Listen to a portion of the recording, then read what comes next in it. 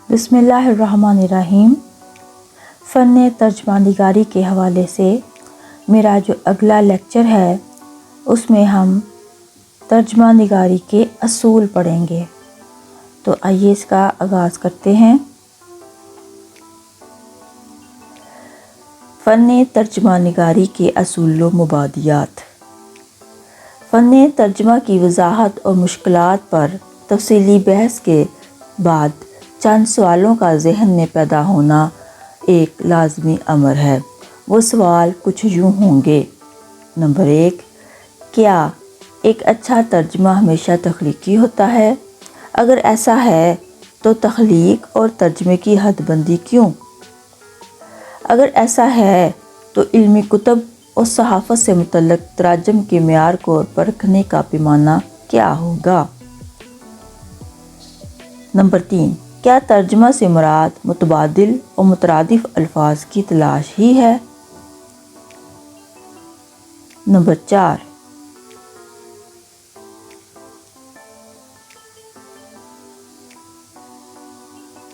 کیا ترجمے سے محض قاری کی رہنمائی مقصود ہوتی ہے جو دوسری زبان کو نہیں جانتا؟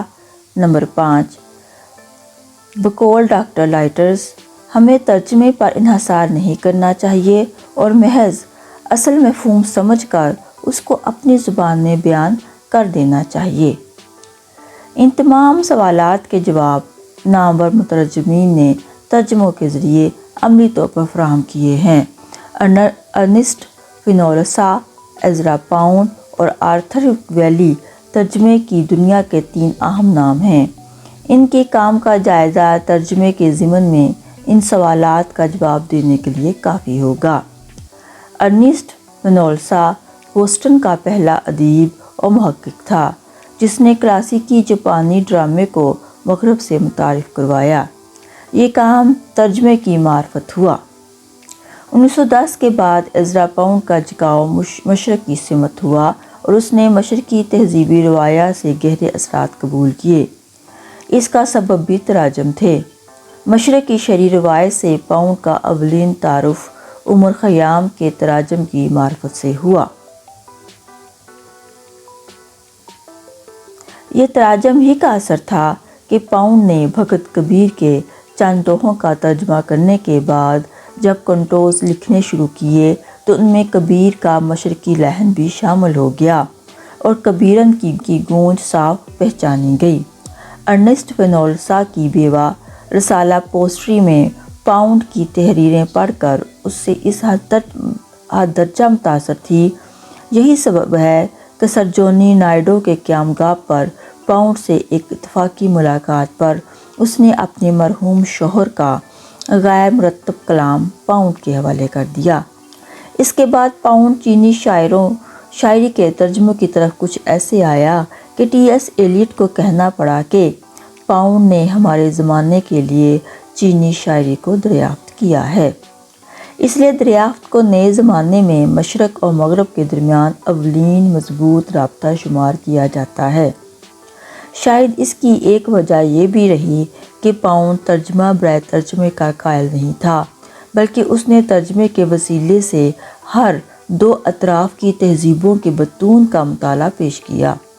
اسی طرح جب اس نے جاپانی ڈرامائی روایت کو انگریزی میں منتقل کرنے کا کام کیا تو اس کے فوراً بعد WB ییٹس کے منظوم ڈرامے سامنے آئے۔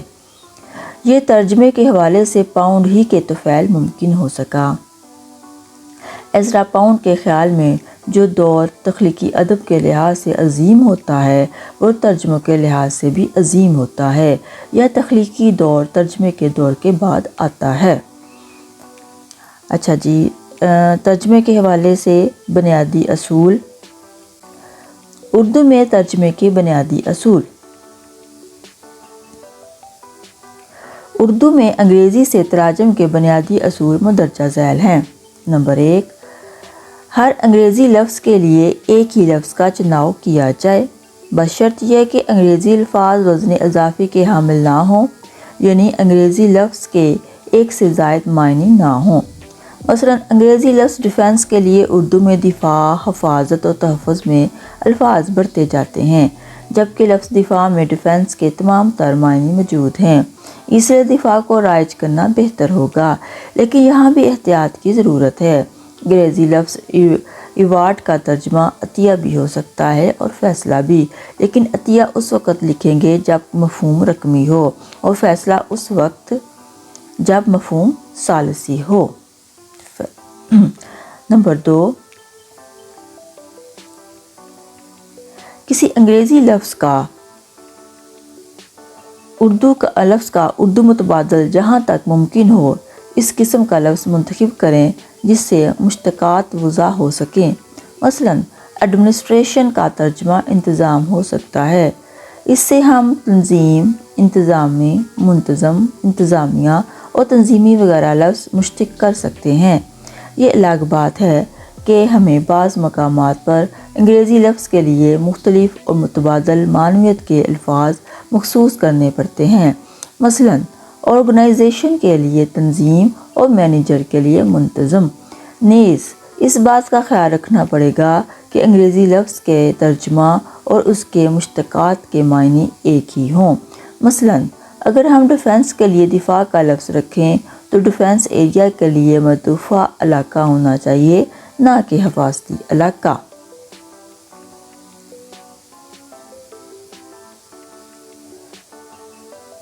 نمبر 3، وضع اصطلاحات کے ساتھ ساتھ تعین اصطلاحات اور اصطلاحات کو مروج کرنے کا جتن انتہائی ضروری ہے، جبکہ ہمارے ہاں ایک انگریزی اصطلاح کے مقابلے میں درجنوں اصطلاحات کا چلن ہے۔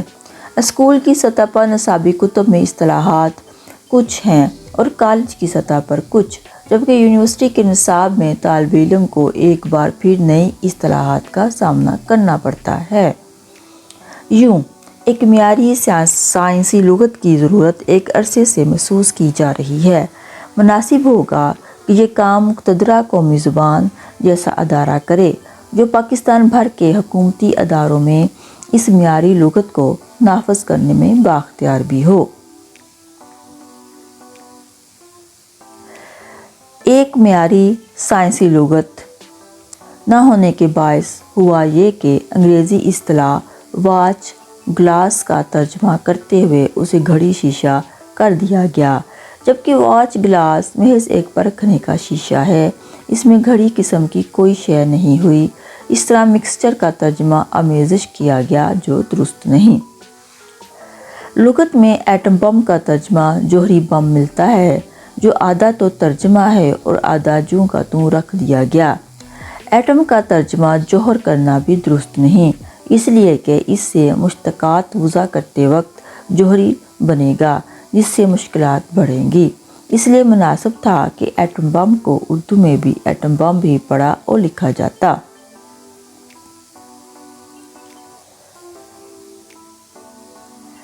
اس طرح مضحکہ خیز ترجمے کی ایک مثال کاربوہائیڈریٹ کا ترجمہ ہماری لغات میں شکر ہے۔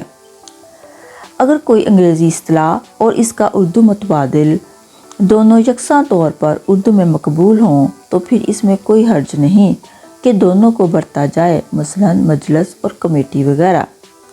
نمبر 4، خام خواہ وضع اصطلاحات کے چکر میں نہیں پڑنا چاہیے۔ اصطلاح کی جگہ ایسے موضوع مقامی بول چال کے الفاظ کو جگہ دی جا سکتی ہے جو خاصے مقبول اور عام فہم ہوں، بجائے اس کے کہ کوئی بھونڈی اور مصنوعی اصطلاح کی جائے۔ مثلا برسٹ آف فائر کو ہمارے فوجی نوجوان چھٹا کہتے ہیں، پھر کیوں نہ مستعمل لفظ ہی رکھ لیا جائے بقول جلیل قدوائی۔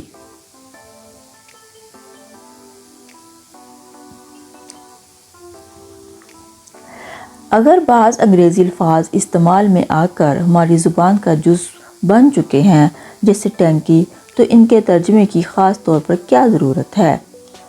میں نے انجمن کی بڑی ڈکشنری، خود ڈکشنری بھی ایسا ہی لفظ ہے، کی نظر ثانی کرتے وقت ایسے نہ جانے کتنے الفاظ رہنے دیے یا شامل کر دیے، مثلا aerogram, custodian, television, thermometer, blouse, blotting paper, manhole, petticoat, ambulance, autograph, bodyguard, injection, plastic وغیرہ، اور اگر ضرورت نہ ہو تب بھی کر دیا جائے اور ترجمہ کیا بھی جائے تو غیر زبان کے مستعمل الفاظ بھی رہنے دیے جائیں۔ یہ گویا تسلیم شدہ الفاظ میں ایک طرح کا اضافہ ہوگا جو کسی طرح غیر مناسب نہ ہوگا۔ ان الفاظ کو نکال دینا اتنا ہی غیر فطری اور قابل اعتراف ہوگا جیسے ہندی والوں کی یہ ضد کہ اردو میں سے فارسی اور عربی کے آئے ہوئے اور برسوں کے مستعمل الفاظ کو چن چن کر خارج کر دیا جائے۔ نمبر 5، پھر جہاں تک سائنس کے مختلف شعبوں میں نئی انگریزی ٹرمنالوجی کا تعلق ہے تو وہ وضع اصطلاحات غیر ضروری ہے، اس لیے کہ جدید عہد میں خصوصی مہارت کے شعبے بہت ہوں گے۔ یہاں تک سائنس کی بین الاقوامی اصطلاحات کا معاملہ ہے تو محض فزکس میں ایٹمی ذروں کے نام پر ترقی یافتہ ملک میں اس طرح قبول کر لیے گئے یہاں وہ دریافت کیے گئے۔ نمبر 6، مختصرات کا ترجمہ نہ کیا جائے بلکہ پورے لفظ کا ترجمہ اختیار کیا جائے۔ مثلاً گورنمنٹ کے لیے انگریزی میں گورنمنٹ اور لیفٹیننٹ کے لیے LT لکھا جائے، لیکن ترجمہ کرتے وقت ان کا ترجمہ مکمل صورت میں کیا جائے تاکہ معنی میں کسی بھی طرح کا یا کسی بھی نوع کا اشتباہ نہ رہے۔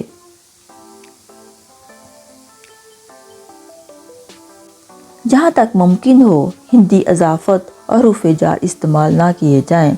مثلاً ٹائم گلاس کا ترجمہ ریت گھڑی بجائے اس کے کہ ریت کی گھڑی ترجمہ کیا جائے۔